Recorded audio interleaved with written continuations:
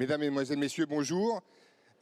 Voilà, on commence cette deuxième journée de la SITL avec un économiste de renom, Olivier Babot, qui va nous parler où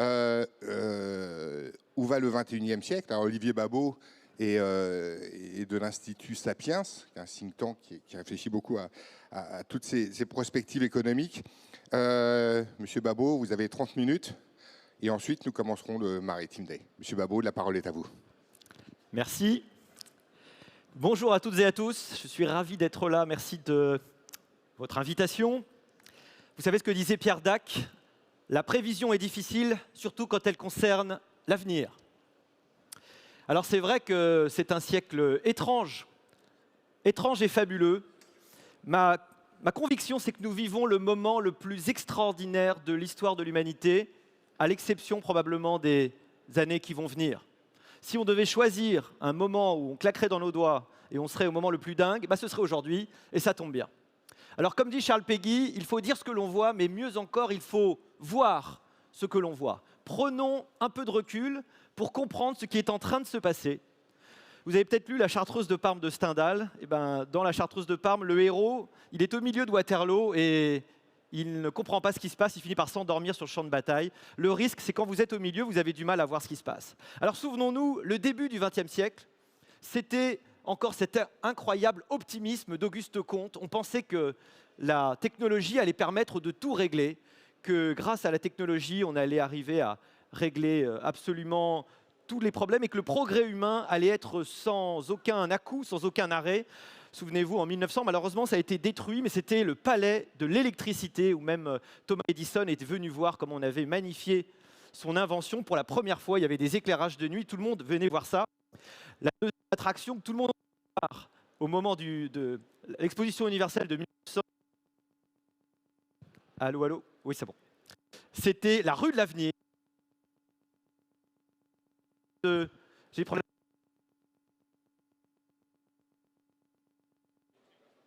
Ah non, c'est pas ça. Allô, allô? Oui, c'est bon. La rue de l'Avenir.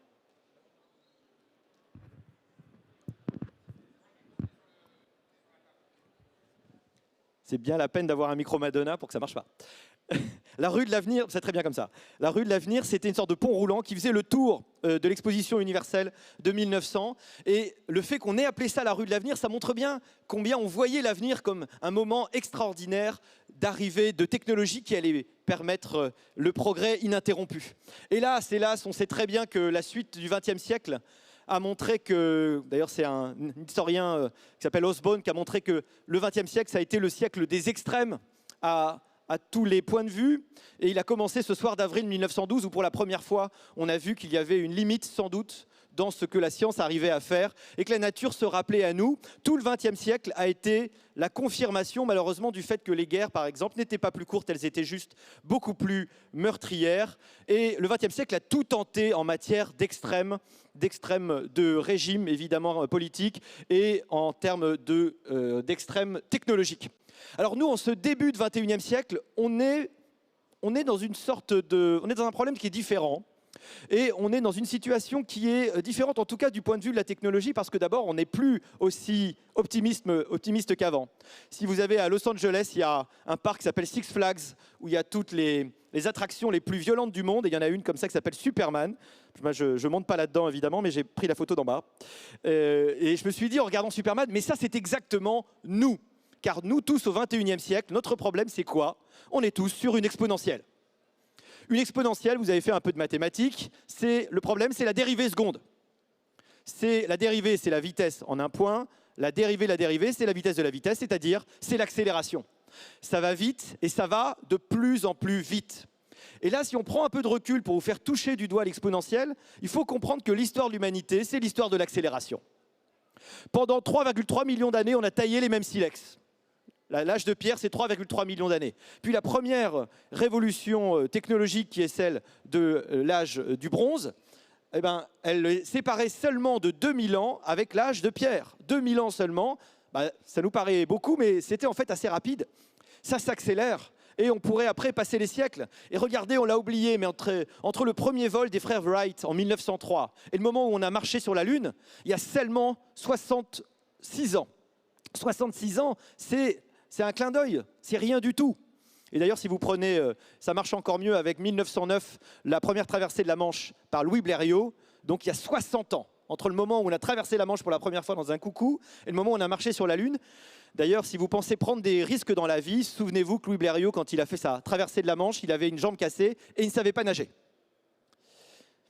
Il y a des gens qui prenaient des risques à l'époque. Et puis, tout s'accélère de plus en plus. Alors, vous êtes tous très jeunes ici, mais enfin, moi, je me souviens de l'ordinateur de gauche. C'était il y a 35 ans. Entre les deux, il y a environ une trentaine d'années. Pareil pour les téléphones, une trentaine d'années. C'était en 2007 le premier iPhone. Vous voyez que c'est devenu absolument normal pour nous. Et pourtant, c'était il n'y a pas si longtemps que ça. À partir de ce moment-là, la capacité informatique a commencé une croissance absolument extraordinaire. Alors celle qui est la plus incroyable, d'abord, c'est la capacité de mémoire. À gauche, ce n'est pas un piano, c'est une entreprise qui reçoit un disque dur de 5 mégas en 1956 d'IBM, 5 mégas d'IBM. Aujourd'hui, vous avez tous dans votre poche 2 terabits sans aucun problème. Mais le plus extraordinaire, c'est même pas ça. C'est l'extraordinaire progression de la capacité computationnelle. Depuis 1937, si vous voulez briller dans les dîners en ville, vous pouvez expliquer que la capacité informatique a été multipliée par 1 milliard de milliards. Le meilleur ordinateur du monde s'appelle le Frontier, il est le premier à arriver à l'hexaflop, c'est-à-dire 1 milliard, 2 milliards d'opérations par seconde.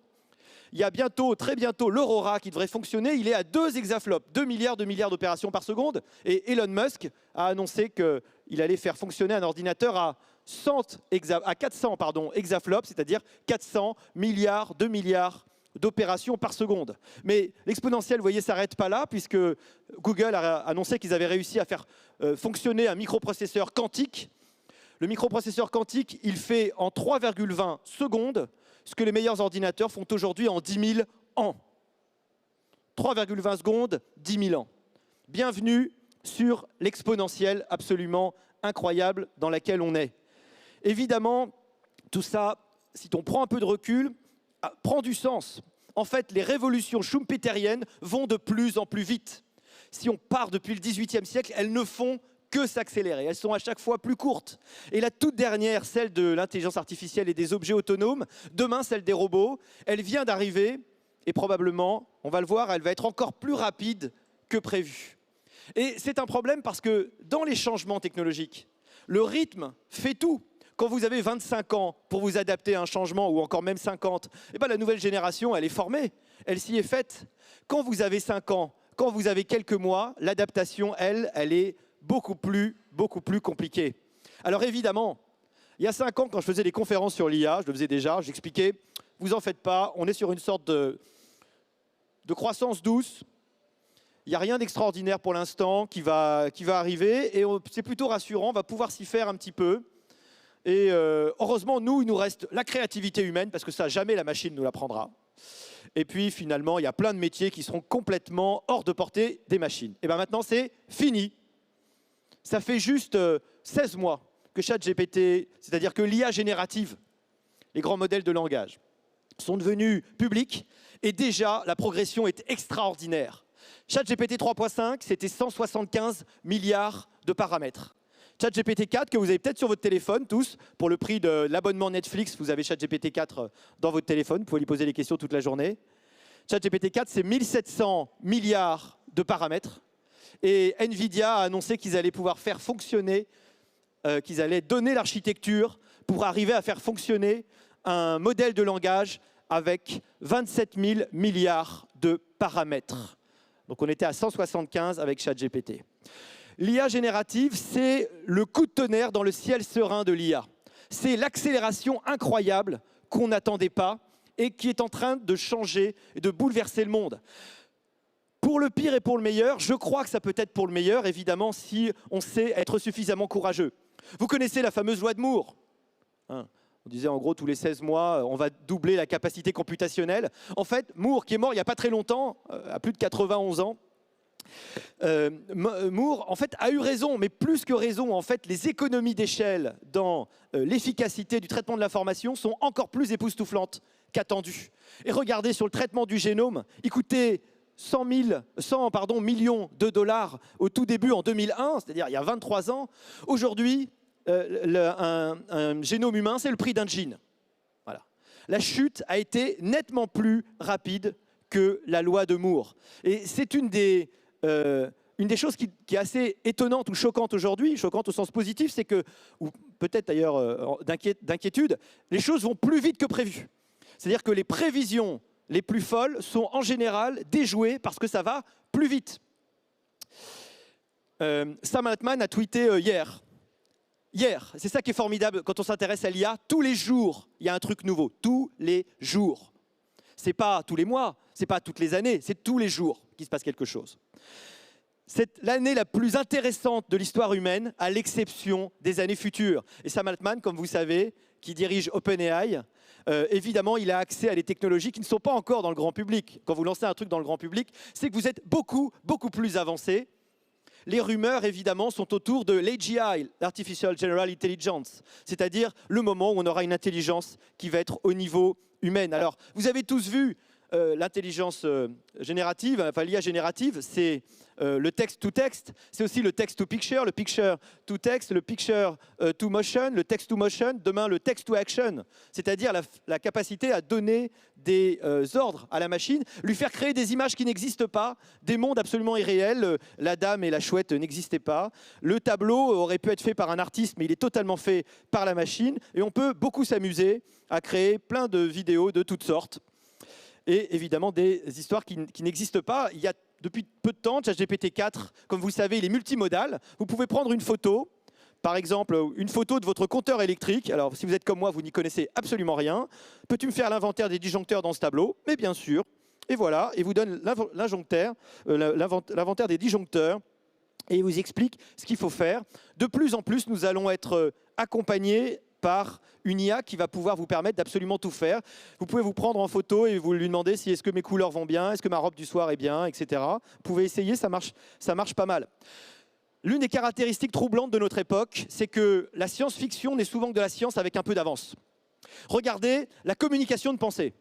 Il y a quelques mois, voilà ce qui s'est passé, et c'est donc une technologie qui existe. Vous montrez à un cobaye qui est équipé de capteurs de l'activité du cerveau les photos qui sont en haut. En bas, voilà ce que l'ordinateur arrive à reconstituer uniquement avec la captation des activités électriques de votre cerveau. Franchement, le nounours, on le voit. L'avion, le surfeur, l'église, on voit assez bien. Et ça, c'était il y a quasiment un an, en fait.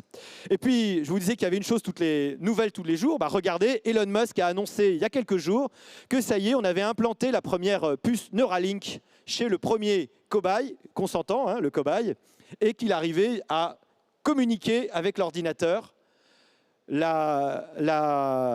L'hybridation de la machine est quelque chose qui est en route. Alors, je vous disais que c'est difficile de prévoir l'avenir. Alors, c'est à la fois oui et non. Pourquoi ? Voilà des cartes postales écrites en 1900 qui essayaient de prévoir le monde en l'an 2000. Donc, imaginez-vous, le dessinateur, il est dans le monde de 1900, il essaye de prévoir comment sera le monde dans 100 ans. Et ce qui est très frappant, c'est qu'on arrive assez bien à prévoir les technologies qui vont apparaître. C'est-à-dire que les découvertes, on les prévoit. Et regardez, tout Jules Verne, c'est réalisé. Tout ce que Jules Verne a écrit, sauf Voyage au centre de la Terre, mais finalement tout ce qu'il a écrit, aujourd'hui, c'est devenu absolument banal. Et bien, finalement, toutes les technologies qui sont prévues là-dedans, on peut s'enregistrer, voyager plus vite, parler à distance avec des gens, tout ça, c'est arrivé, c'est banal. Mais il y a un truc qu'on a beaucoup de mal à prévoir. C'est la façon dont la société change au contact des technologies. Regardez, on ne pouvait pas penser qu'un trombinoscope inventé dans une université américaine il y a une vingtaine d'années aurait pour conséquence, indirecte quelques années plus tard, mais pour conséquence quand même, l'occupation du Capitole par un type torse nu avec une toque en bison. Les réseaux sociaux détruisent la démocratie. On pensait que les gens s'échangeraient des photos de chats. Mais en fait, ils s'échangent beaucoup plus. Il y a des effets d'hystérisation, des effets d'extrémisation, de bipolarisation qui naissent des réseaux sociaux, malheureusement qu'on le veuille ou non. Et on n'a pas trouvé de solution. Alors, qu'est-ce qui va se passer avec ces technologies extraordinaires qui nous arrivent comme un tsunami ? Il y a un truc dingue qui se passe et qui aujourd'hui fait réfléchir les économistes. Et il y a beaucoup de débats et il y a surtout beaucoup d'incertitudes. À quoi ressemblera le monde quand l'intelligence est devenue une commodity ? comme le pétrole, comme l'or, comme le maïs. C'est-à-dire un truc, vous ouvrez un robinet, il y a de l'eau, il y a du gaz, une commodité. Jusque-là, l'intelligence, c'était le truc le plus rare. Il fallait une trentaine d'années pour vous former. On n'arrivait pas à former tout le monde. Vous avez une bande passante qui est limitée. Vous n'avez pas la forme toute la journée. Vous n'avez pas 24 heures de productivité. C'était hyper rare, l'intelligence. Le fait qu'on ait l'intelligence à coût marginal quasi zéro et qu'on puisse avoir autant d'intelligence qu'on veut, en fait, on n'était pas préparé à ça. Et le deuxième truc auquel on n'est pas préparé, c'est que traditionnellement, on fait la différence entre le facteur travail et le facteur capital. Mais qu'est-ce qui se passe si les deux fusionnent? Alors, on est aujourd'hui à un niveau d'IA très faible. L'IA est très con aujourd'hui. Vraiment, elle n'a pas conscience d'elle-même, absolument pas. Hein. C'est absolument pas comme ça, il n'y a aucune conscience. D'ailleurs, il faut faire attention, le mot intelligence dans IA, il est toujours à comprendre au sens anglais, enfin américain. C'est le intelligence de CIA ou FBI. C'est le sens de traitement de l'information. Ce n'est pas au sens français de l'intelligence. Du coup, on se trompe tout le temps et on fait des faux débats autour de ce que c'est que l'intelligence. Il est probable que l'intelligence forte ou générale arrive en fait beaucoup plus vite que prévu. Et puis, la super intelligence, elle, pourra arriver très très vite derrière, peut-être quelques secondes après. En fait, on n'en sait rien, puisque quand on est sur une exponentielle et que ça devient la face nord de l'Everest, évidemment, on ne sait plus ce qui va se passer. Je vous disais que toutes les prévisions ont été déjouées, mais c'est ça qui est très étonnant. En fait, on annonçait il y a l'AGI pour dans 50 ans, et puis plus ça arrivait, plus on s'est trompé, plus ça s'est rapproché. Et aujourd'hui, si on ne se trompe plus, l'AGI, c'est en 2030. C'est demain. Mais si ça se trouve, on se trompe encore. Et si ça se trouve, l'AGI, c'est cette année. C'est bien possible. Tout peut aller beaucoup, beaucoup plus vite. En tout cas, entre 2027 et 2030, notre monde va changer profondément. En fait, on se pose beaucoup de questions sur le monde de demain. Il y a un seul truc qu'on peut vraiment savoir, c'est qu'il va être très différent du monde d'aujourd'hui. Voilà. Ça, c'est la seule certitude qu'on peut avoir. À partir de là, il y a énormément de questions qui se posent, énormément de spéculations qu'on peut avoir ensemble. Et en particulier, je vous disais, l'IA n'a pas de conscience. Il y a un truc extraordinaire qui s'est passé là encore il y a quelques jours. Claude 3 d'Anthropic, qui est une société concurrente d'OpenAI, on la teste en lui faisant passer le test qu'on appelle de l'aiguille dans la botte de foin. On lui donne beaucoup de données et on lui pose une question qui impose d'arriver à trouver le petit bout d'infos qu'on a mis dans des infos complètement différentes. En l'occurrence, la question, c'était à propos de toppings de pizza. Okay, on lui pose la question, Claude 3 répond, il dit bon donc voilà, topping c'est ça, mais il ajoute une réflexion. Il dit bah, c'est bizarre parce que cette histoire de toppings, ça n'avait rien à voir avec le reste des données, ça devait être un test. Vous voyez, c'est une sorte d'éclair de conscience ou d'idée réflexive dans une réflexion d'IA.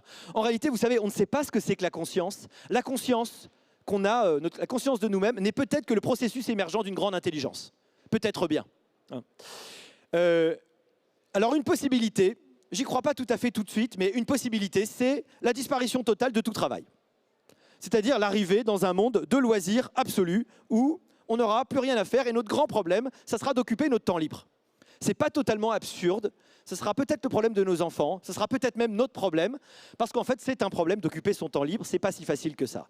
Mais pas tout de suite. Il va y avoir une petite transition, et la transition, il est possible qu'elle secoue un peu, mais à terme, il n'est pas totalement absurde qu'on n'ait absolument plus rien à faire. Alors, qu'est-ce qui va se passer? Regardons le verre à moitié plein. Je ne sais pas si vous voyez qu'on peut être en face aussi d'un extraordinaire tsunami de découvertes technologiques. Regardez un seul exemple, AlphaFold de Google. AlphaFold, il a réussi à déterminer la structure de 200 millions de protéines en quelques jours. Jusque-là, il fallait un doctorant pendant 5 ans pour faire une protéine. Ça veut dire qu'AlphaFold, il a économisé 1 milliard d'années de chercheurs. En quelques jours, 1 milliard d'années de chercheurs.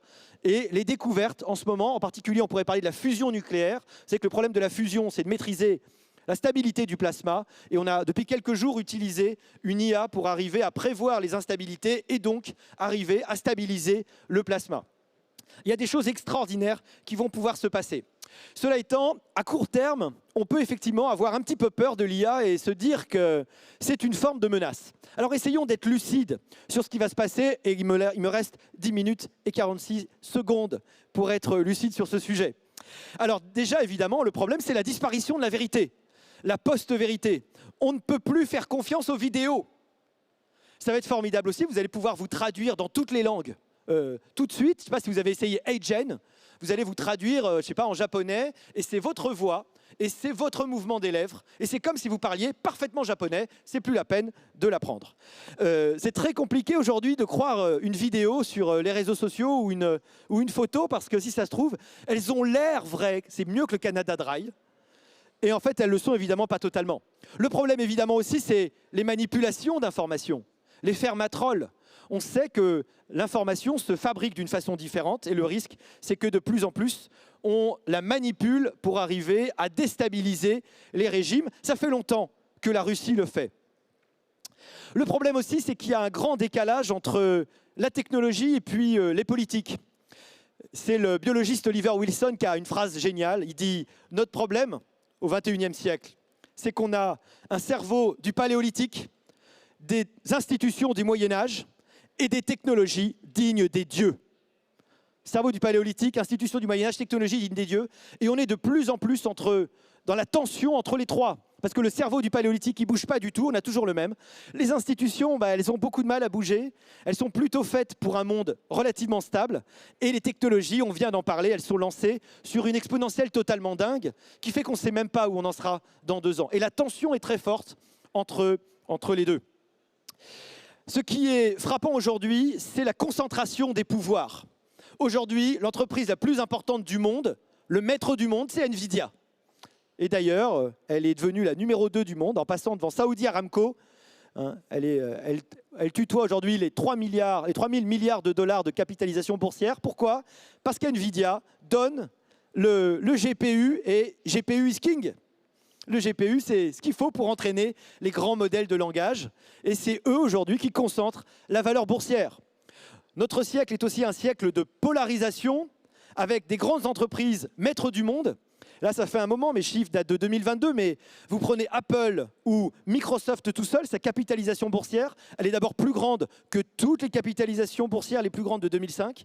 Mais sinon, Apple, c'est plus grand que tout le CAC 40 réuni. Pourquoi? Parce que la technologie est reine. Et la technologie donne le pouvoir, on va le voir. L'autre grande découverte, vous savez qu'en 1989, on a tous pensé que la démocratie représentative, c'était l'Empire romain, c'est-à-dire qu'on allait avoir vocation à diriger le monde.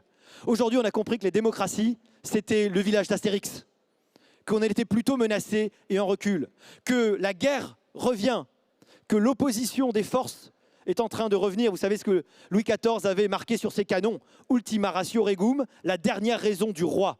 Quand on ne s'entend plus diplomatiquement, il y a un moment où on va s'opposer.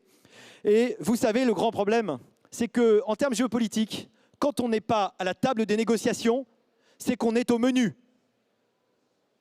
C'est malheureusement le cas de l'Europe. Alors il va nous falloir choisir nos maîtres, soit à l'Est, soit à l'Est. Moi, personnellement, j'ai une petite préférence pour l'Ouest parce qu'au moins, on a des milkshakes. Et c'est peut-être un peu plus ouvert, mais d'une façon ou d'une autre, il faut être lucide. D'où vient le pouvoir et qu'est-ce que les sociétés se battent pour avoir? Avant la révolution industrielle, on se battait pour les terres, parce que c'était elles qui donnaient la seule richesse qui était la capacité à nourrir. À partir de la révolution industrielle, on s'est battu pour l'énergie et pour les matières premières. Et puis aujourd'hui, pourquoi se bat-on? Pour le cerveau. Pourquoi? Tout simplement parce que le cerveau, c'est l'actif numéro 1. Alors lui, il est beaucoup plus mobile que les mines ou que le pétrole. C'est l'actif numéro 1 qui va faire la puissance des nations demain. S'il y a bien un truc qu'apprend l'histoire, c'est que la nation qui a la meilleure techno domine militairement et économiquement. Petit retour en arrière, Crécy et Azincourt. Pourquoi on s'est fait botter les fesses par les Anglais? Les Anglais avaient des longbows qui résistaient à la pluie et qui tiraient 12 flèches par minute. Nous, on avait des magnifiques arbalètes qui en tiraient moitié moins et qui craignaient la pluie. Forcément, ça a mal marché. Je ne veux pas défendre la chevalerie française, mais enfin, ça marchait mal.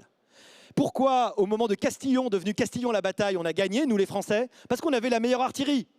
La meilleure techno fait la puissance économique et militaire.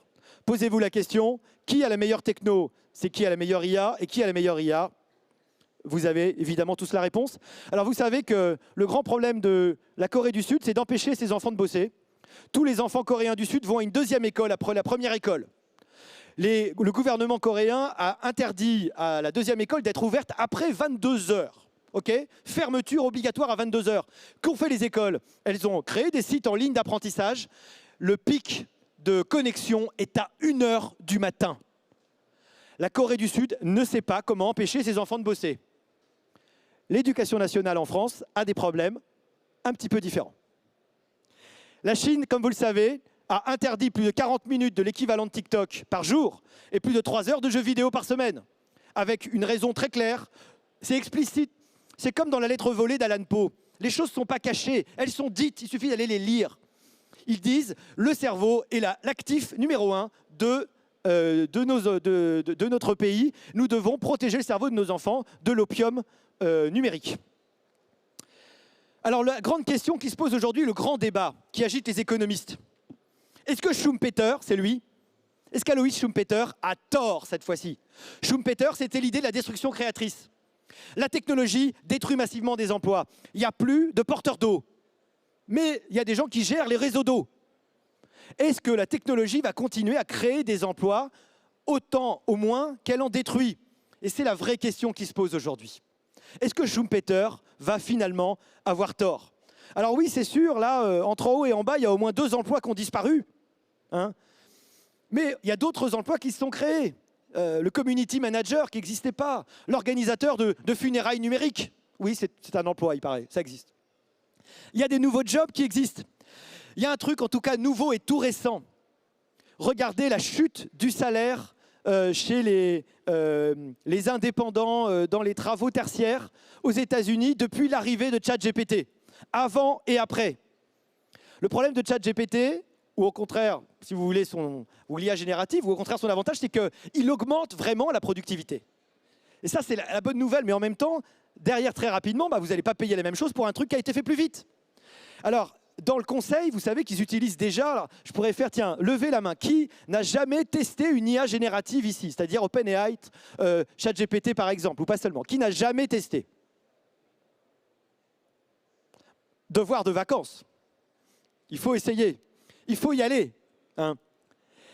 Regardez le progrès entre avant à gauche et après le déploiement d'une IA sur les centres d'appel pour résoudre les problèmes des clients. C'est un bond extraordinaire. Demain, les centres d'appel, je vous l'annonce, il n'y a plus beaucoup d'humains. Demain, très rapidement, l'IA elle va pouvoir répondre à toutes vos questions et ça va être formidable parce que vous allez probablement moins attendre quand vous allez être un client. Regardez, à gauche, c'est quand vous n'utilisez pas l'IA. À droite, c'est quand les consultants vont utiliser l'IA. Vous allez plus vite et la qualité de ce que vous faites est meilleure. Dans le conseil, en ce moment, ils sont lancés à pleine balle pour essayer, évidemment, d'utiliser l'IA le plus possible et puis après, le vendre aux clients. Vous faites des choses de meilleure qualité et plus rapidement. Évidemment, tous les métiers ne sont pas touchés à la même vitesse. Mais ce qui est vrai, c'est qu'aujourd'hui, ça montre qu'on va de plus en plus vite. Alors d'une façon ou d'une autre, on va s'hybrider avec la machine. On va devoir travailler avec la machine. C'est absolument indispensable. Il va falloir, si vous êtes connecté à la machine et que votre travail est complémentaire, vous allez être payé de mieux en mieux. La valeur que vous allez créer va être supérieure. Mais en même temps, d'ailleurs, l'exigence de compétences va augmenter. Il va falloir être mieux formé. Et en revanche, si vous êtes éloigné de la machine, si vous n'êtes pas complémentaire mais substituable, le 21e siècle va être de plus en plus dur. Alors, il y a des choses formidables qui vont émerger, gagner en puissance. La capacité à parler en public, la capacité humaine, le fait de travailler en équipe, ça va regagner de l'importance. Probablement que le travail humain, il va regagner de la valeur. Peut-être qu'être demain servi par un humain, ça aura énormément de valeur. Le transport, le tourisme, parce qu'on va avoir de plus en plus de temps libre, je peux vous le dire en fait. On va travailler de moins en moins. On parle de la semaine des 4 jours, mais probablement ça va continuer. On va de plus en plus avoir besoin de s'occuper. Le spectacle vivant, Taylor Swift, 2 milliards de chiffre d'affaires. Regardez, autrefois, on faisait des concerts pas très rentables pour vendre des CD. Aujourd'hui, on met la musique gratuite pour faire des concerts qui sont hyper rentables. Le spectacle vivant, la relation humaine directe va reprendre de la valeur. Et ça, c'est pour être très positif. Alors, je passe ça parce que je n'ai plus qu'une minute. Le risque aussi, malheureusement, c'est que notre rapport à la technologie il a toujours été ambivalent. La technologie nous augmente en même temps qu'elle nous atrophie. Quand on a eu pour la première fois des lanceurs de flèches, il y a très très longtemps, quand on était chasseurs-cueilleurs, des arcs et des flèches, on a perdu en masse musculaire. Pourquoi? Parce qu'on n'avait plus besoin de courir aussi vite. On avait des outils. L'outil, il nous remplace, il nous prolonge et parfois il nous atrophie. Le risque, c'est qu'évidemment, il atrophie notre cerveau en partie. Et je ne sais pas si vous savez que la taille de l'hippocampe chez les chauffeurs de taxi londoniens a diminué depuis qu'ils utilisaient le GPS et non plus leur cerveau. L'hippocampe, c'est la partie du cortex préfrontal qui stocke la mémoire spatiale. Quand notre cerveau voit que la machine peut faire des choses à sa place, eh bien, il est ravi. Les études montrent qu'on perd en mémoire quand on utilise beaucoup le téléphone portable. Et d'ailleurs, on le prend tous 150 fois par jour. Un adulte, il va scroller 200 mètres de réseaux sociaux par jour. L'un des risques, il faut bien le dire, c'est qu'une partie d'entre nous soit perdue dans l'univers de Spielberg, là en l'occurrence, et de la communauté virtuelle. La révolution qui va arriver extrêmement vite, c'est la révolution des robots humanoïdes. Elon Musk dit qu'il y en aura 1 milliard en 2040, c'est-à-dire autant que de voitures. On aura tous des robots qui vont nous servir, qui vont être capables déjà aujourd'hui de plier le linge, de ranger la cuisine, et peut-être aussi demain d'être vos serviteurs. Finalement, c'est exactement comme dans Star Wars. Peut-être qu'ils seront aussi nos amants, comme dans le film Her. On va tomber amoureux de notre robot conversationnel. Alors, on va pouvoir choisir, comme Jiminy Cricket, de faire un robot qui va nous obliger à être humains, nous forcer à avoir cette discipline pour nous forcer à ne pas seulement faire ce qui nous plaît immédiatement et à nous perdre dans le métaverse. Ou alors, ça sera, comme dans Pinocchio toujours, le robot qui nous suggérera de nous laisser aller et de nous laisser aller avec notre shoot de dopamine dans le métavers. Le message très positif avec lequel je veux terminer, c'est que le monde devant lequel on arrive est probablement un monde extraordinaire. Un monde où les échanges, en fait, ne vont faire qu'augmenter, où le temps libre, où la nécessité, où la volonté d'échanger, parce que c'est notre vocation d'être humain, de voyager, d'aller vers les autres, et où l'internationalisation des différentes filières ne va absolument pas s'arrêter. C'est absolument pas ce qui se passe. Regardez l'évolution du commerce international depuis 1950 en base 100. En réalité, vous voyez, en 2022, bah oui, entre 2020 et 2022, il y a le Covid, mais à l'échelle, vous voyez, de l'histoire, c'est quand même pas grand-chose. En réalité, le commerce, il va continuer à augmenter, même si, comme on l'a vu avec la Chine et les États-Unis, il y a des retours de blocs qui vont un peu changer certaines filières et qui changent notre vision de ce que c'est que la souveraineté. Le commerce, il est international. La capacité à être autonome, souvent on croit que la souveraineté, ça veut dire autosuffisance. En fait, si on est autosuffisant, on risque de ne pas avoir grand-chose en fait, dans nos assiettes, comme vous le savez, et de ne pas avoir grand-chose dans nos ordinateurs non plus. Non, en réalité, la souveraineté, c'est plutôt des interdépendances choisies. C'est plutôt à ça que ça doit correspondre. Vous savez ce que dit Woody Allen? J'adore l'avenir, c'est là que j'ai l'intention de passer le reste de ma vie. Ben, je crois que nous aussi, en réalité, si on est conscient des enjeux, si on a le courage de les regarder en face, si on a le courage de s'intéresser à ça, et puis surtout de faire les bons investissements, on peut regarder l'avenir avec beaucoup de confiance. Je vous remercie.